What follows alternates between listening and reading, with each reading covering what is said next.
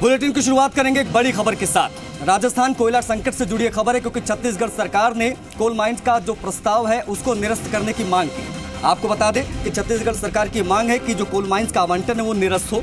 छत्तीसगढ़ सरकार ने हसदेव अरण्य coal field में जनता के विरोध का हवाला दिया है। इसके पीछे छत्तीसगढ़ के वन एवं जलवायु परिवर्तन विभाग के सचिव के पी राजपूत ने बाकायदा पत्र लिखा है।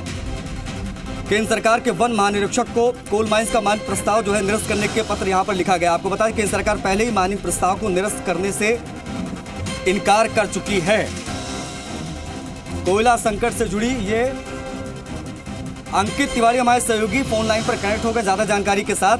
अंकित, क्या वजह है इसको निरस्त करने की आग्रह की, और क्योंकि इसमें यह भी जानकारी है कि केंद्र सरकार पहले ही निरस्त करने से इनकार कर चुकी है, अब आगे क्या? देखिए, आगे संकट बढ़ता हुआ दिखाई दे रहा है क्योंकि स्पष्ट तौर पर राजस्थान की जरूरत है कोयला। यहाँ पर जो बिजली उत्पादन संयंत्र है वहाँ पर कोयले की कमी पिछले 8 महीने से लगातार बनी हुई है और बड़ी उम्मीदें काठा ओपनकास्ट कोल माइंस से थी। इसका प्रस्ताव लगातार दिया गया था और काम भी वहाँ पर शुरू हो गया था, लेकिन लगातार विरोध के चलते छत्तीसगढ़ सरकार ने केंद्र को प्रस्ताव भेजा है कि इसे निरस्त किया जाए और जो आवंटन है करीब 841.548 हेक्टेयर भूमि जो खनन लीज है उसका आवंटन अगर निरस्त होता है तो एक बड़ा झटका राजस्थान के ऊर्जा विभाग के लिए होगा। हालांकि केंद्रीय मंत्री से जब हमारी बातचीत हुई तो उन्होंने कहा था कि प्रस्ताव आया है लेकिन उसे मंजूरी नहीं देंगे क्योंकि वहां की जो स्थितियां हैं वो पहले चेक कर ली गई है और पूरी रिपोर्ट के बाद ही राजस्थान को आवंटित हुआ है।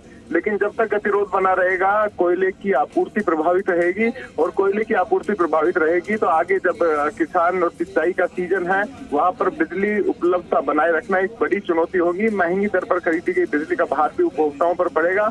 जिस तरीके से हाल ही में 21 पैसे का भार उपभोक्ताओं पर पड़ा है, आने वाले दिनों में इसी तरह का भार लगातार बढ़ता रहेगा और अगर बिजली उपलब्धता नहीं रही तो जाहिर तौर पर राजस्थान जो फिलहाल शीर्ष उत्पादन के लिहाज से राज्यों की श्रेणी में शुमार है वो भी पिछड़ता हुआ रह जाएगा। तो एक बड़ी चुनौती और चिंता के तौर पर इसे देखा जा रहा है। जी अंकित, बीच का विकल्प निकालने पर विचार नहीं किया जा सकता क्या? क्योंकि सब एक दूसरे से कनेक्ट हैं, कोयले से बिजली और बिजली से किसान और तमाम तरह के लोग, तो अब ऐसे में जाहिर तौर पर कोई बीच का रास्ता निकालने की कोशिश होगी, ये तकरार चलती रहेगी ऐसे ही और दिक्कत होगी तमाम लोगों को?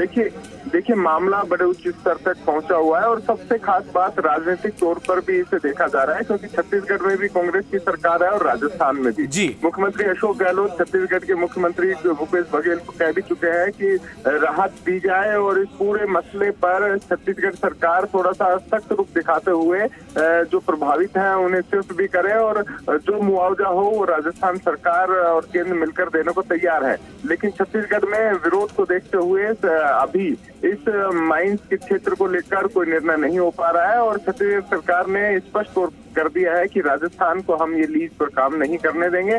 तो बीच के रास्ते की कोशिशें बहुत हुई है लेकिन रास्ता फिलहाल सूझ नहीं रहा है। पूरा निर्णय छत्तीसगढ़ के मुख्यमंत्री को लेना है और मुख्यमंत्री स्पष्ट तौर पर जाहिर कर चुके हैं कि हमें ये लीज राजस्थान को अब नहीं देनी है। तो परेशानियां बढ़ी हुई है, कानून व्यवस्था का जिम्मा वहां राज्य सरकार का है। ऐसे में दोनों कांग्रेस शासित राज्यों में अगर सरकारों में टकराव भी होता है तो इसका नुकसान कांग्रेस संगठन को भी होगा और राजस्थान की जनता तो अंधेरे में दिन गुजारने को मजबूर होगी ही। जी बहुत शुक्रिया अंकित इन तमाम जानकारियों के लिए, तमाम अपडेट्स के लिए। तो अंकित हमारे सहयोगी बता रहे थे कि आगे छत्तीसगढ़ सरकार ने जो मांग की है इसको निरस्त करने की, उसको लेकर अगर चीजें ऐसी बढ़ती रही तो दिक्कतें होंगी उन तमाम लोगों को जो इससे जुड़े हुए हैं।